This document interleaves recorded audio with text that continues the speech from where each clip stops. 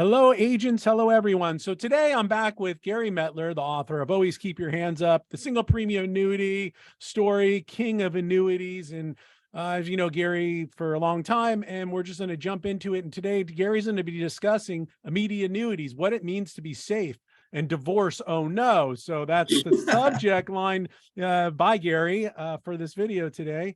So hi, Gary. How you been? Hi, good, Jeff. Good. So, on prior videos, I opened my big mouth about marital property aspects. And that's something that people really don't think about too much, because, it's a negative. People don't even discuss, even when things are great, even for financial advisors to discuss, it's a negative. But I did. And, what we're going to do is that we're going to talk about SPIAs a little bit. And then later on, we're going to talk about some of the special qualities, SPIAs, and also pensions, because they're the same. SPIAs and pensions, defined benefit pension, the same thing. Okay, so there are provisions they afford owners that are pretty favorable, basically, if that life-changing event occurs to you. And we'll talk about that a little later, because I want to. Because I've seen immediate annuities really picking up in action right now in the industry with the rates up. So, right. Yeah. All right. So what we have going on, which we talked about before, is this. Months ago we first talked about this. Was this? I mean, there is a bull market now in the fixed annuity business. It is unbelievable. I don't know how to explain it. I mean, we talked about this. You have rising rates, right? You have people losing their shirts in the financial market, stock market, bond market. Housing values are suspected to be teetering, 2023. So all these people are running around right now, consumers, with their hair on fire, and the bump going on their chest right now going on. And, they're concerned. So we've had this huge explosion of fixed annuity business. It's just a tsunami. I've seen that too. So I actually talked, and again, there's a couple of distributors, like you, who specialize or place a preponderance, more of the premiums in SPIAs and fixed contracts versus the other annuity contracts from the market. And I get a call midnight. I was in shock. I was like, their app count, applications for SPIAs in 3 months is up 300%. I mean, they're so busy, they can't even talk coherently anymore. Yeah. Well, they're shocked. And on the other side, the companies are getting all these apps and they're not able to process them in any timely fashion. God. So, this goes to what we talked about before. And this is just starting. This is just the start of it. Consumers, when I talk about this, are in the process now, because we have interest rates, of reevaluating these safety issues. Not only how to be safe, but what it means to be safe. What does that really mean to be safe? I mean, there are, more in-depth thinking about what does that really mean to you, right? And so what's happened is that people are realizing that retirement financing really isn't all that complicated. It really isn't, from the $20,000, $30,000, $30,000, 30,000 foot perspective, right? It's not that complicated. It really isn't. So what happens is people are realizing that, what are you going to do? Okay. So you've got to gather your assets every year, right? And you don't know from January 1 to December 31st what those assets are. I mean, you can maybe reasonably guess what they are, but you know what they are. Okay, and why you're going to gather assets. You make a list of your assets. That's what investment advisors do. Because why? You're going to sell your assets. People are just waking up to the fact that, oh my God, I can't generate enough dividends, rent, and interest from my assets. Maybe 2% of the population can do that, to live alone on this income my assets produce. I've got to sell my assets. So every year, for the rest of their lives, so the way they're advised to do it is you got to gather your assets on December 31st. Okay. So what's the other thing you don't know on January 1st about your assets on December 31st? Well, you don't know what price you're going to sell them for. you can't possibly, hold on, Jeff.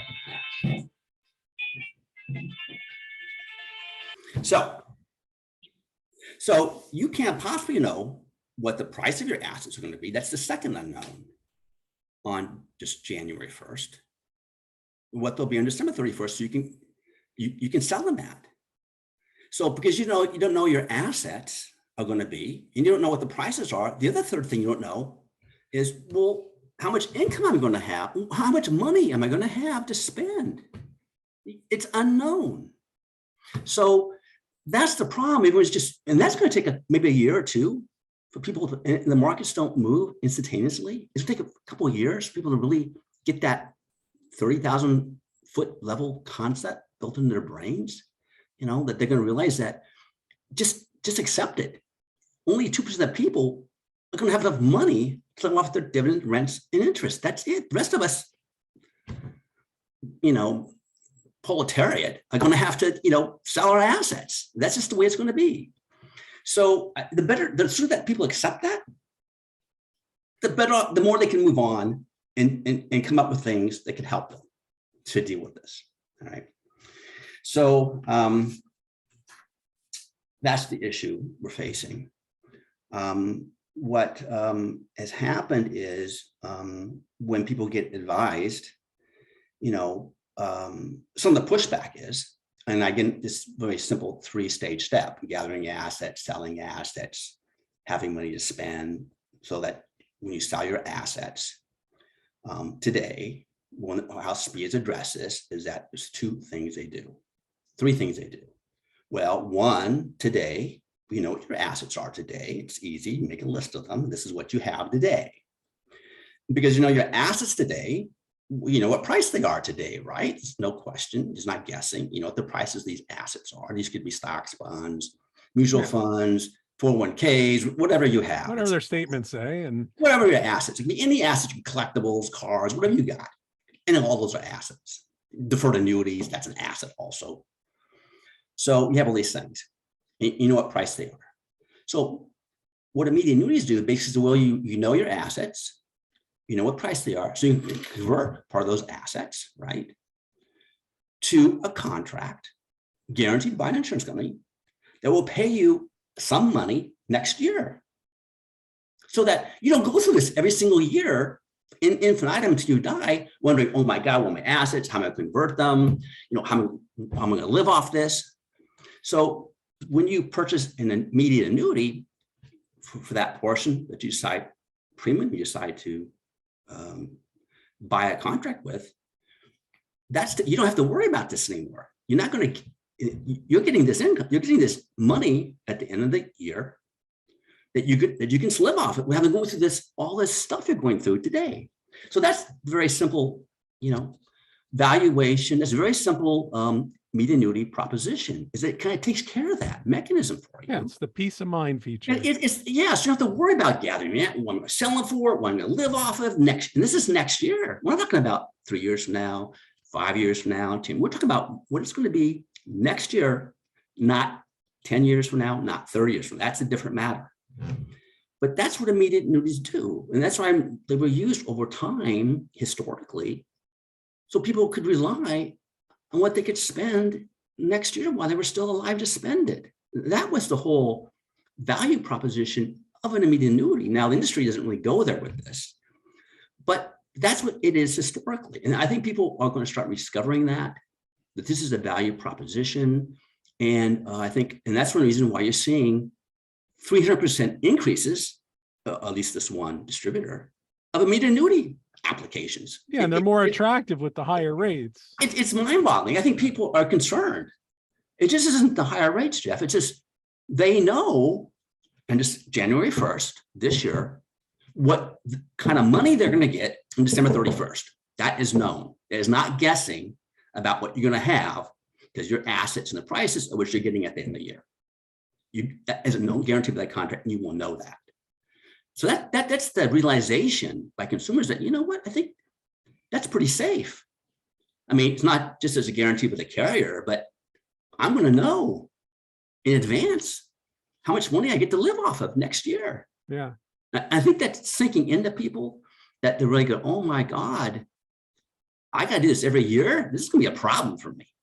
Okay, so Especially if their accounts are dwindling and they're like, oh man, it's only going to last this much well, longer. that every The year older they you have, get, the every year harder they- it gets. every year, everyone goes through these three steps. You gather your assets, you sell your assets, so you have money. Everyone does that.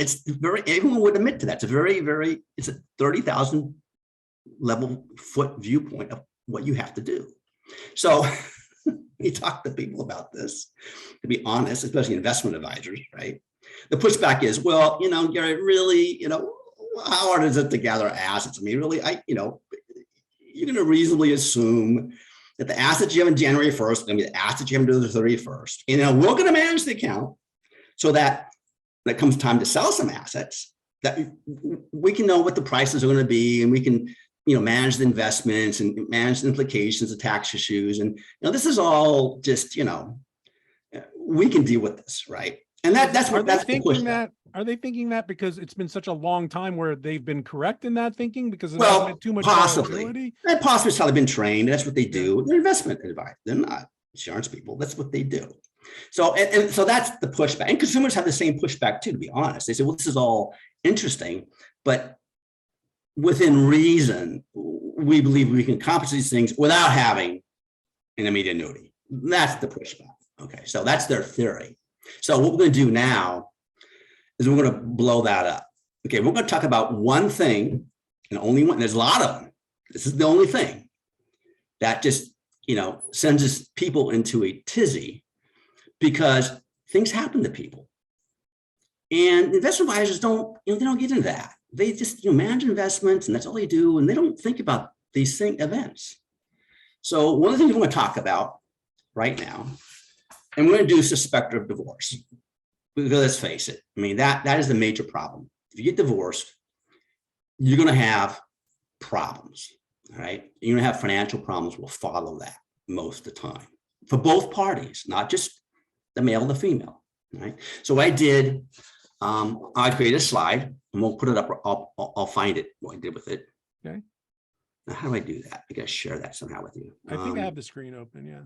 Share. Okay, so share screen. Okay. There you go. Okay, so again, so Beautiful. We're going to talk about this because this is something that happens to people that does what? It destroys your assets. Everyone would admit to that. Even the financial advisors will admit to this. So again, we got the Maestro slides here, black and red. And like legal disclaimers is that I'm not an attorney, all right? So if you're going to get divorced after you hear this, you need to hire an attorney to help you with that. So where my experience came in with this matter is that for years in California, I was a litigation economist. That's what I did for years. And my specialization was divorce, and litigation economics has to do with the economics and the financial issues that surround litigation. Because litigation is the law, but the economics or the financial impacts of the law. So I was hoping to get an attorney on with us to help kind of handle the legal issues. And I couldn't find one. They all wanted the fees. So I said, forget that. And so we're just going to stay with the economic issues. After all, I did tons of these things. I did thousands and thousands of divorce cases in California.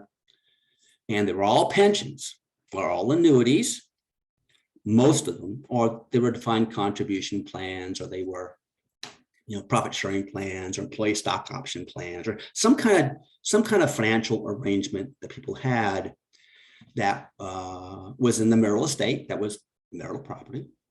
And now they're getting divorced, and that financial ramifications of that now have to be settled among the divorcing parties so that they can move on with their lives. So I did, that's where my experience comes from. So this is gonna be a little bit unique for people, all right?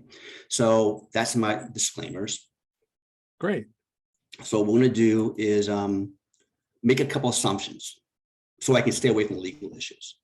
So what we're gonna do is just assume, in this example, we have two couples here, that the examples is that all the property in these examples is 100% marital. That means it was acquired or it's part of the marital estate. Now, that may not always be the case. There may be differences there depending on your case, but we're just going to assume that for illustration purposes. And we're all going to consider that the property is going to be divided evenly, equal division. And that doesn't have to be the case either. There's other reasons. There could be reasons why marital property isn't divided equally, but we're just assuming that's going to be for this discussion, right? So let's look at this. Okay, so you have a couple one, age 65, male, female 55, long-term marriage, couple number one. Couple number two, same thing, male 65, female age 55, long-term marriage. Okay, so a couple one has an IRA, $100,000.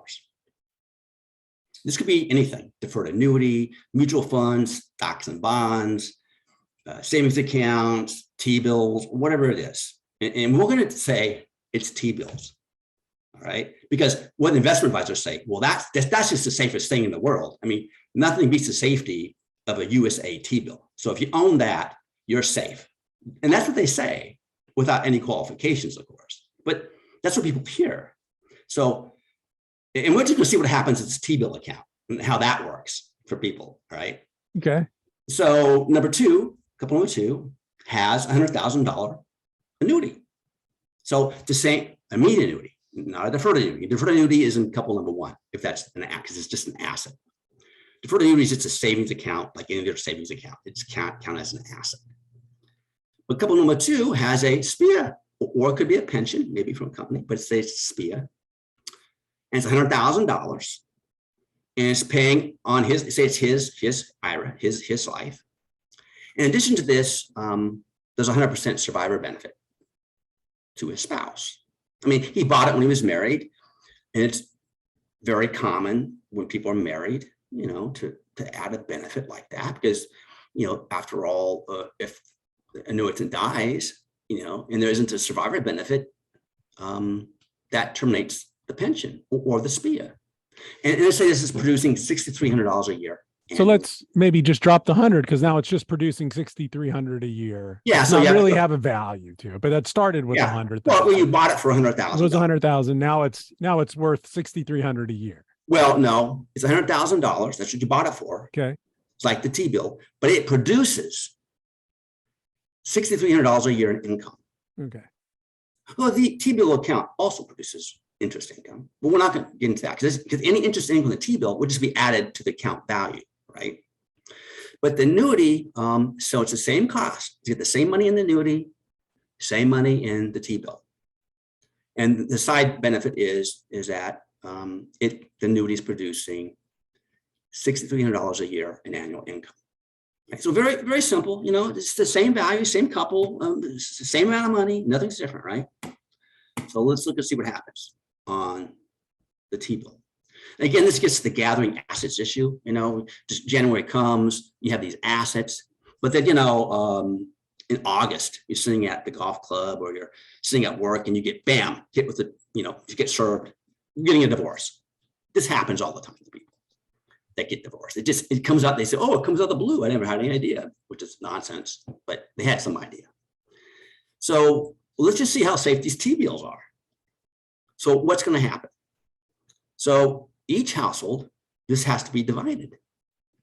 Now you went from one household, right, to two households. You have two separate, one household that was when you're married becomes two households economically. That's what happens. So half his T-bill account, because it's cash, he gets to keep, because he's dividing it equally, he gets to keep half, and she gets to keep half. So, but each household has lost $50,000 because that's the amount you would have had you stayed married, but not divorced. You would have had access to that. That T-bill account is eviscerated once divorce happens. That money is never coming back to you. It's a permanent loss to each household. Okay, so what does that mean? Well, to an investment advisor, they say, well, okay, we can't deal with this, but you just reduce your expenses, right? You just, trade in the car, Mercedes for a Toyota. You just get rid of the house for an apartment. You don't want to, instead of going 4 trips a year, go on 0 trips a year. You stop making gifts to grandchildren, you know, and this is what advisors do. They'd say, well, you know, we answer this. We just keep reducing your expenses until you come at equilibrium, and you don't have to worry. You're going to have money still. But in the insurance business, we don't say reduce your expenses. No. We say reduce your standards of living, because now. Well, now you got to pay 2 houses. You got to pay 2 taxes on houses. Well, again, you have 2 different households. So each Yeah. household has to absorb whatever costs they have with whatever assets remain. That's what happens when you have an asset. And that's exactly what happens to the T-bill account. It's killed in this. So don't tell me that things don't happen, don't have a financial impact on you. You can't go lolly-dolly about your life. Well, I'm going to have all these things, and boom, next thing you know, stuff is going down. You go, oh my God, my life just changed. My assets are going to help me with this. Well, let's just see how your insurance helps you with this. It's a different matter, right? Okay. So let's look at number 2. So number 2 had this SPIA, $100,000, producing this benefit. So it's a problem here, right? Because there's no cash. I mean, you can't divide a SPIA. There's no cash. That's it. Yeah. There's no Right? cash So value. how do you do that? Well, the gut reaction is, well, if you can't divide the cash, then, you know, equally, they should divide the benefit equally. That's what most people say, right? That's the gut reaction of 99% of everybody out there. Well, if the income the SPIA is producing is $6,300 a year, each party is going to get $3,150. That's what people think. That's not correct. That's not what happens economically. Trust me. That does not happen with this kind of contract. Okay. So where's it going to look? So economically, because you're dividing it fairly, decide to divide assets equally, right? How does this help you? All right. So let's look at this. So this is what you got here. So when the SPIA was purchased, originally, the cost for him, in our example, $6,300 a year was $80,000. Okay. But he goes, you know, I want to put my wife on it. I can't, I'm not going to do life only. I want her to have a benefit. We're married, you know, happily married. And, you know, and now it's too bad that things change, you know, 3 or 4 years later. But at the time, he decided, okay, I want her to have a survivor benefit. If I die, she gets 100% of my money, of this benefit, this contract. But that's going to cost him 20 grand to add that benefit, right? Because if you want to add a survivor benefit, it's going to cost you more money. Yeah. So this when case, she's younger like that. well, okay, we can discuss that a little bit later also. But I use, you know, the 10-year age difference to make an economic point. And they may not always have these age differentials, but it does highlight an economic point. Okay, so anyway, so he's got $100,000 in this contract, right? But he's already spent. Again, it could be a woman too. It doesn't have to always be a guy pension. It could be a woman SPIA holder. And it's just easier to talk about man because we're both males. So he's already spent 20 grand on her to give her this benefit. She's getting that. She's irrevocable. That she can never come off that contract. This is a done deal when he bought the contract, right? He had $100,000. He spent 20 on her already. Well, if the total contract spending was 50, right? And she's already getting 20, what's her remaining interest in the contract? It's only 30,000 because she's getting all the benefit, right? So if it's $30,000 and the contract value is 100, well, she's only getting 30%. So how does that work with the income? Well, the income is $6,300. Her share is reduced to $1,890 a year. He gets $4,410. Why? Because she gets all the survivor benefits. She's already getting money already. So she has to take a reduction in her income and he gets a better benefit. Now, T-bonds don't work that way. They're gone, right? But he gets to have more income coming in. She takes current less income, but she gets the benefit that she can't come off the contract. It's because it's irrevocable. Okay, so what really happens? So what happens is that this is the case on how the contract's divided. So his post-divorce cash flow is 70% the benefit, and she's at 30% benefit. All right. So this is what you've seen happen. This is what happened. This is the law. This is how pensions and SPIAs are divided. This is how the law equally deals with this, because what happens in the pension or SPIA, you divide benefits. You don't divide cash. That's just how it's done economically for divorcing parties. That's longstanding. It's been around forever.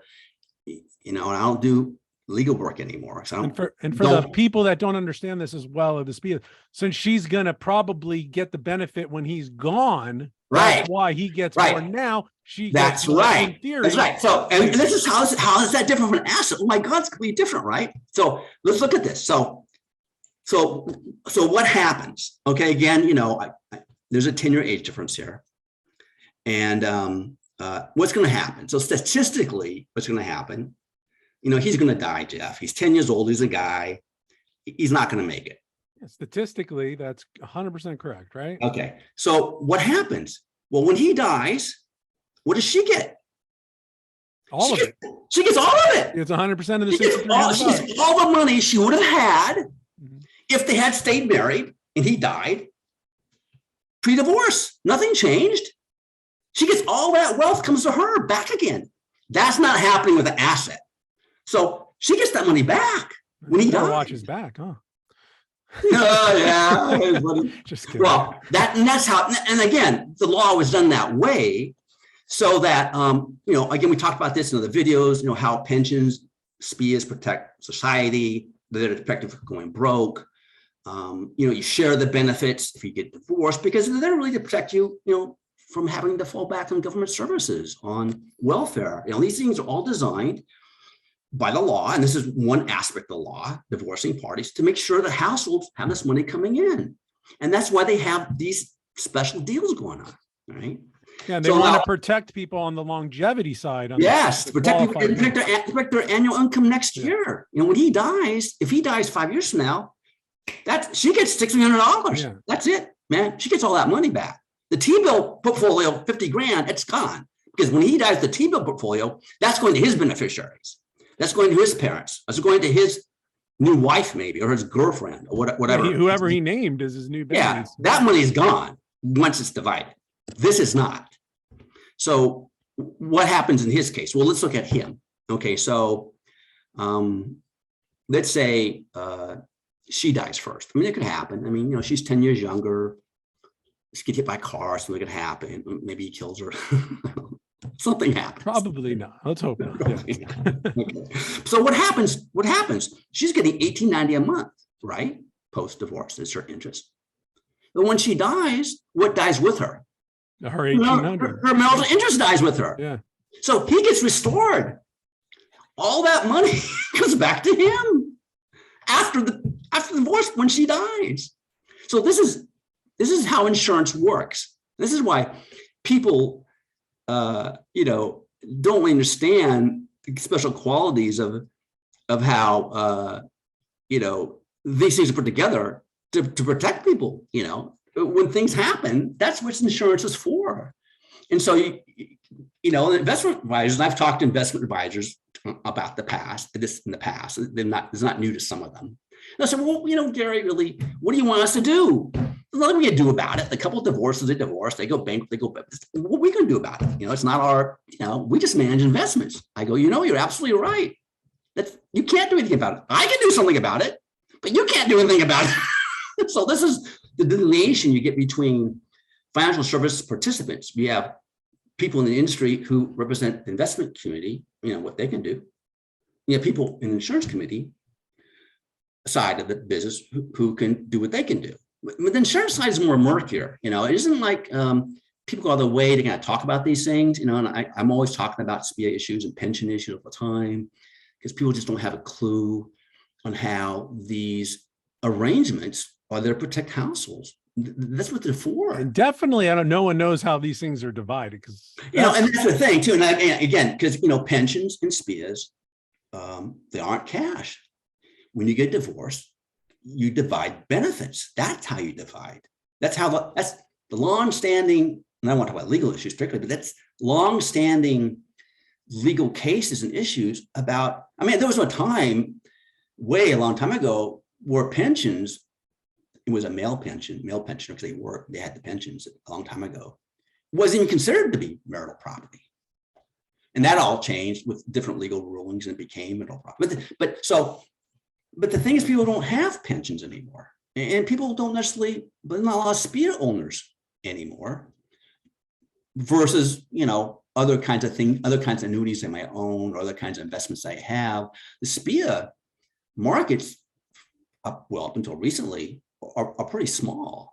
So a lot of this, less insurance concepts about how people protect wealth, yeah, because this is important, because there's no way that couple, either one of them, would have got the 6,300 ever again. And if you only have $50,000 left in the T-bill, how is that going to possibly generate $6,300 a year to anyone ever? Yeah, it's never going to happen. Yeah. So you just killed yourself, and this is what happens. And this is only one asset, but this is what happens. And so people just don't realize that how insurance is built and how it's treated is to protect. They protect both households. So when the households divide, the male, the female, they're both protected under an insurance contract. I think it's critical, because I just feel that these are things that people don't know about, and they're shocked to find. And if you've gone through it, well, you're not so shocked about you experience. You're shocked if you're the female, thinking you're getting 50% in this particular situation until later on in life. Well, and then we're happy. And again, it could be reversed too. It could be the female's higher and the male's. Whoever has the most cost of insurance, in this case, the higher cost of insurance is going to get the more money up front. That's right. So what happens is, and that's what physically happens. And so that's economically, speaking about economics, about legal issues, how pensions and immediate annuities are divided for marital property purposes economically. And that's how they work. So I wanted to point that out to people because people have no clue. And I don't think the companies have a huge clue on this. Oh, no. Well, the companies know. You know how they know? They know because they're getting legal orders from the courts and from attorneys to divide benefits. All the pension trustees know about this. This is how there's a document that gets done for a qualified plan called a quadro that's sent out to actually divide these things. So and they're divided according to these benefits, and all the trustees know about pensions. The insurance companies, because these are properties that fall in the marital property, they all know that too. They know it. The marketing department doesn't know it. Maybe. Well, no, because you don't market this. I mean, I think the insurance companies aren't going to market. Are going to talk about this because it is legal. Who wants to talk about divorce? Really, you're talking about. You're talking about investing. You're talking about nice things, good things here, not bad things. So the insurance companies aren't, but they know. They're getting court orders all the time in their admin offices about how to divide SPIA benefits, and this happens all the time. They know that this is going on, but they don't. They don't think about, well, maybe we should, tell some people about this isn't how they work, and this isn't really a sales issue. It's just this is how they work to protect people, and this is a benefit of owning an insurance vehicle as opposed to an investment vehicle. Right? It's just another benefit. And you don't get rich off of these things, and SPIAs are never designed. You don't get rich off these things. They're designed to keep it from going poor, keep it from going broke. That's what SPIAs and pensions are designed to do. Yeah, outliving your money. You don't get rich from pensions. Well, most frequently rich from pensions or SPIAs. That's not what they're made to do. They're made to make sure you have this money coming in under all these different circumstances that could happen to you. And that's where they get favorable treatment.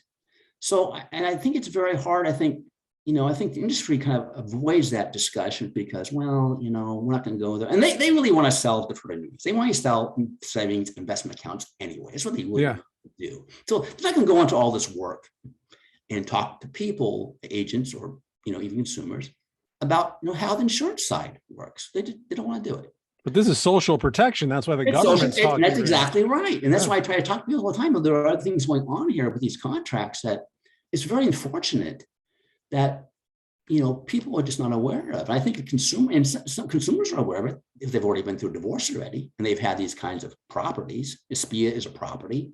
It's not a real asset. It's a personal property asset. So if you have these kinds of properties, either SPIAs or pensions,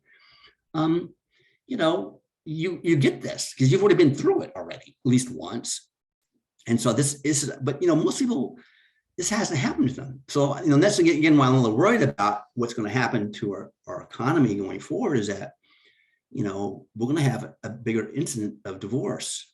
And most people are going to be, shell shocked when they find out if that happens, they got to divide these assets. And then, oh my God, it'll be too late. At that point, it's just too late. They didn't have the insurance in place because no one ever wanted to talk to them about it to kind of help them out. They didn't have the opportunity because no one wanted to discuss it. And that's just really too bad, Jeff. It just really, it's just, I think it's sad, really. It's just too bad that, there's incentives in the financial services industry to not discuss these things. Yeah, well, now with the best interest and all, it might be something they have to discuss. Well, I don't know. I don't know how extensive these things go. Yeah, I mean, it's you're hard. a fiduciary now. What do fiduciaries have to do? I don't know. I don't know either. Discussion that fiduciaries have to make. I'm not sure. But I just want to point out the differences between this gathering asset issue. It's always assumed, well, it's just automatic. You're going to gather assets. What's the big deal, Gary? Really, come on. We're going to gather assets. It's the same assets. Well, no.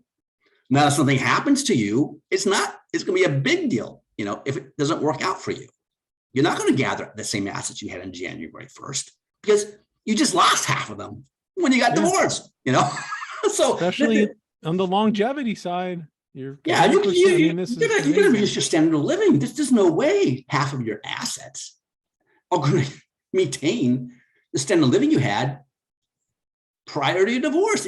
You're going down. That's just the way it's going to be. Economically, you're done if that happens.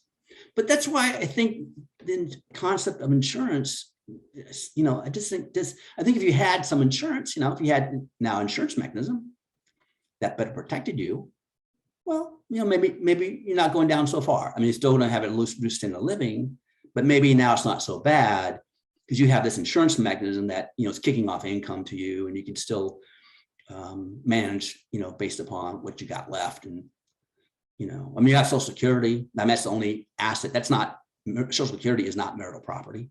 So it can't be divided legally. Well, I shouldn't have said that. It's a legal issue. But anyway, you're going to have that, right? So that's it. And everything that you have will be mostly subject to being divided. Other circumstances what might not be, but mostly it's going to be divided, which devalues.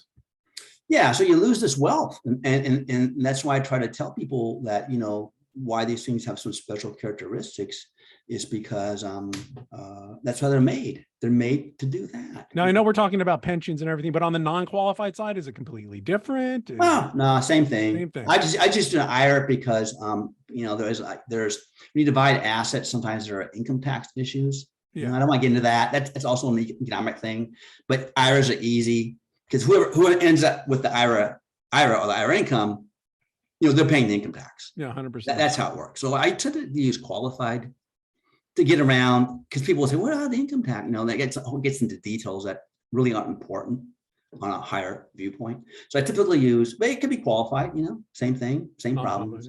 Same thing on a SPIA. I mean, there aren't non-qualified pensions, but there are non-qualified SPIAs. And the same thing, if they have an owner, if the survivor, this is how it's going to work. And do a lot of the people on the divorce attorneys know to do this? Is this something they're trained on? Something they're trained on? Well, yes. So that's what happened. That's why I was trying to get a family law attorney in on this because they, especially if they've done any divorce work at all. I mean, sometimes you get real estate attorneys who try to dabble, in the family law business, and they may not have a clue. But then you have hardcore family law attorneys. I would think the attorneys know this better than the CPAs. They are very aware of pension issues. There's a whole big thing. I can't get into all of it on dividing pensions, and pensions work differently, how they work, and how marital interest is determined. There's a whole big thing about that. But I just try to make it easy. They're just all marital. This is how you can divide it economically. And once a pension or a immediate annuity is disclosed, I mean, you have to disclose it when you deal with this. It's part of your property. They start doing calculations of the values of it, like Yeah, it's it's your property. You have to disclose it, Yeah. and you cannot not disclose. I mean, you should disclose it. You're supposed to disclose it, and right away, they'll start looking at these things, and if you don't disclose something, because you don't think that you have to for some other reason, then you better prove, why you're not disclosing that, and that could be a problem if you're trying to deliberately deceive the court. Yeah. Or deceive the partner. I don't want to get into that. That happens, but there are ramifications. I mean, just the thing is, you just want to lay your stuff on it. To lay your stuff. This is it. This is what I got. This is how, and this is how things work. Will take care of themselves. You don't have to do all this stuff. You just I got a SPIA. I got a pension. I got just be on, lay everything out to everybody, and that's how you avoid problems if you're going through this. But there's no reason to do this because pensions and SPIA have their own rules on how you're going to be protected, that you don't have to worry about that. There's no reason to finagle and to do things, to damage. You do that and you are responsible. You are financially responsible. If you do, and you don't allow action to damage the party, you're going to take a hit on that. That is going to be assigned. It's not going to look good. Hey, Gary, do you have another slide there? You better not. No, I didn't put that. I'm trying to stay away from the legal stuff, but you just better not do things like that. So you just lay everything out. This is what I have. And this is my SPIA. This is my pension. And this is what the deal is here. And she does the same thing, lay everything out. And you go from there, And the trouble is if you don't do that, and that's going to do what? Well, it's going to drive your attorney's fees sky high, trying to defend all this nonsense you're pulling. So you want to try to mitigate the cost of this. You already know you're losing wealth.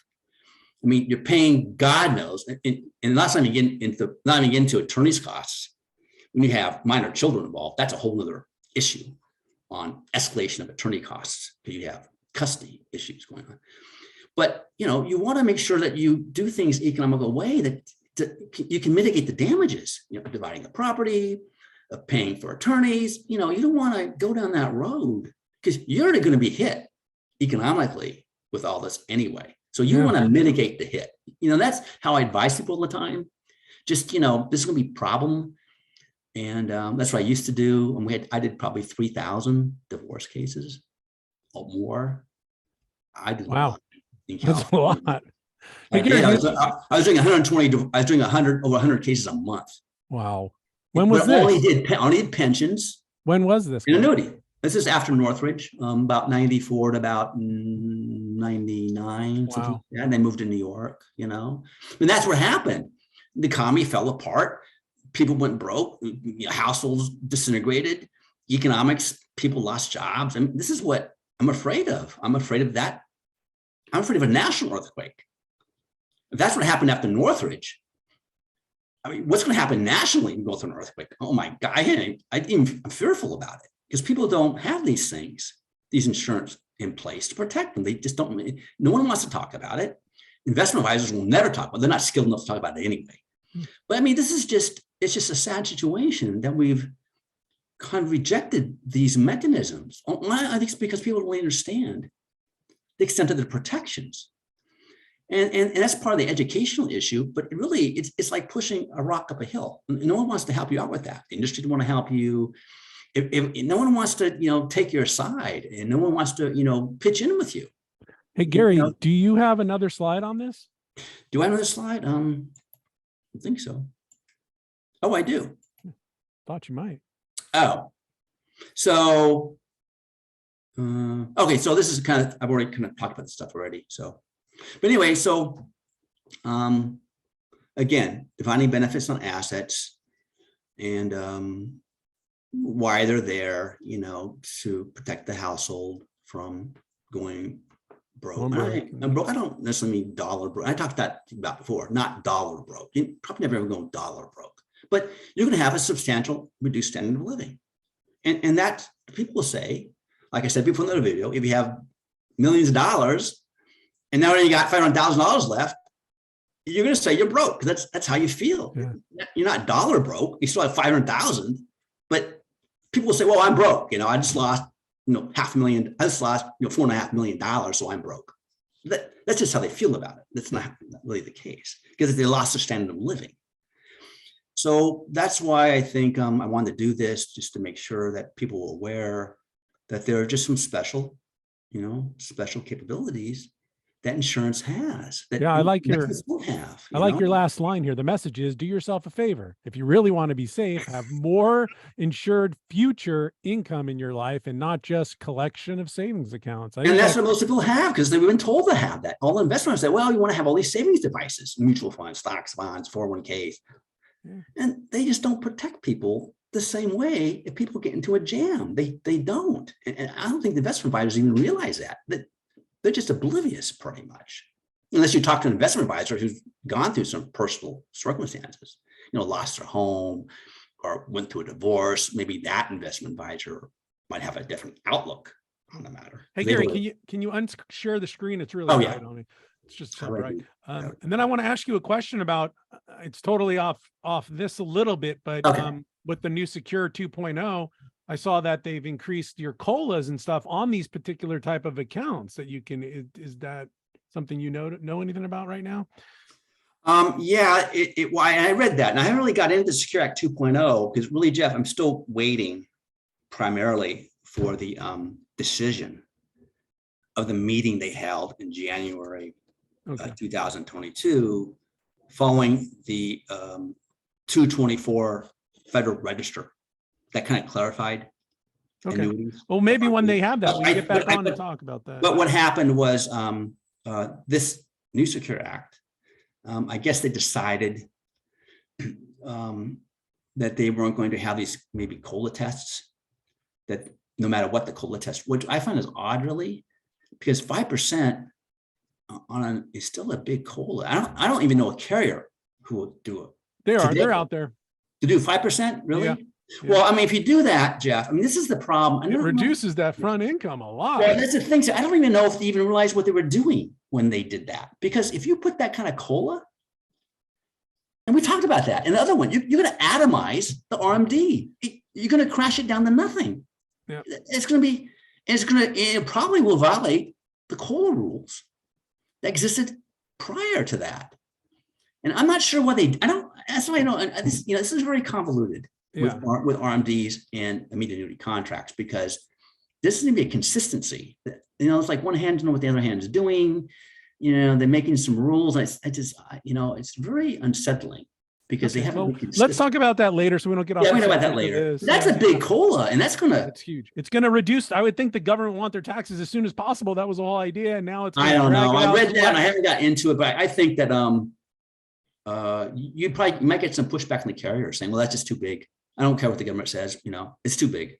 I don't know. I don't know. It's too new to know what will happen with that particular feature on a qualified immediate annuity. Because I don't know, the older you are, the bigger the reduction you're going to get. Yeah, or the younger too. Yeah. The younger you are, the bigger the reduction you're going to get in your payment, because you have to account for all these years. So it's the younger you are, actually. Younger, yeah.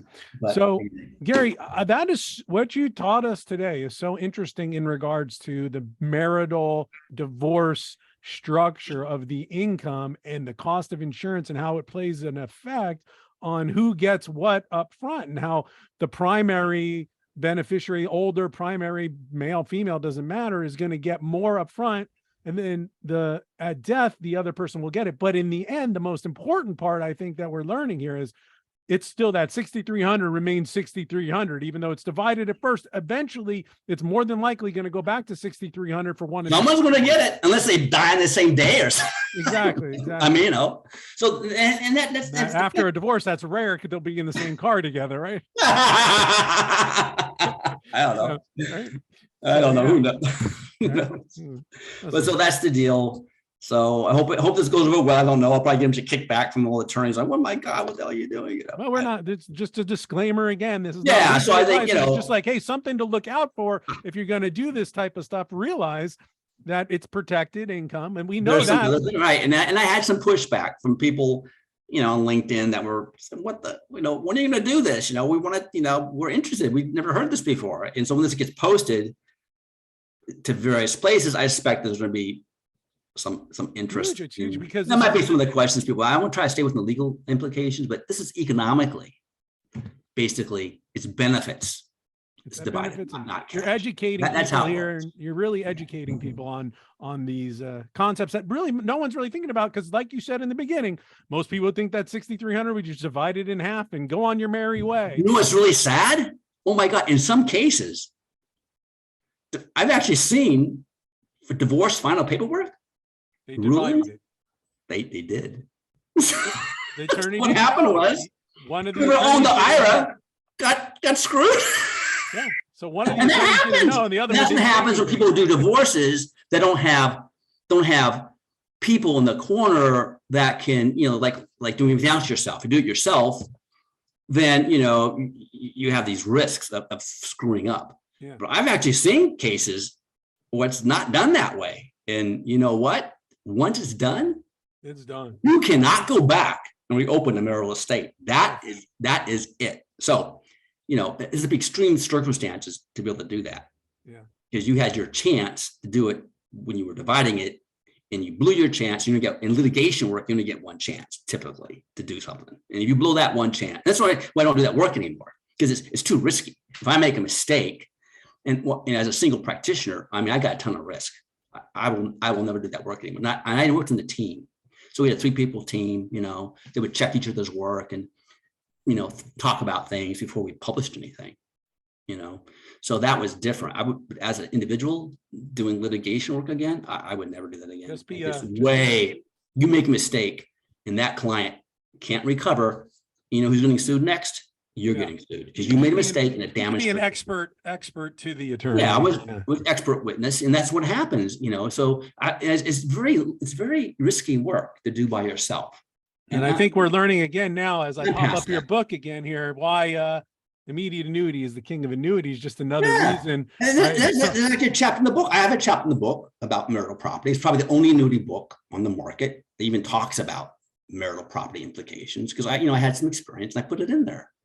And people read that part, but there's a chapter in that book about marital property issues that I felt that was an important thing to do with pensions and immediate annuities. Good. And anyone watching, I'll have a link in the description of my YouTube video on this to Gary's book. And I'll send you the PowerPoint, and then you can post that. Okay. Yeah, I can load that up on the web and have a link to that. No problem. Yeah. Great. Okay. Oh, that's very good. The PowerPoint we just went through. Okay. Yeah. I'll catching up here, figuring out. Right. Cool. Well, thanks again, Gary. I'm going to go ahead and end this. Really amazing information again. This one's really good. You educated me on that. I didn't even know. I hadn't I didn't deal with them post issue, really, unless someone's changing a bank account or they want to change a beneficiary. Right. I don't hear about what happened after the divorce and stuff. I don't. Well, of course, because people wholesaler, you don't hear that. Yeah. No, I know. But you see it all the time if you're doing what I was doing. It's just what happens, So well, it's good information to know for me now. Right. I can talk about that. Yeah. All right. Great. I'm going to stop this really quick. Okay. Thanks again, Gary. Gary Metler, No, appreciate you. Hold on one sec.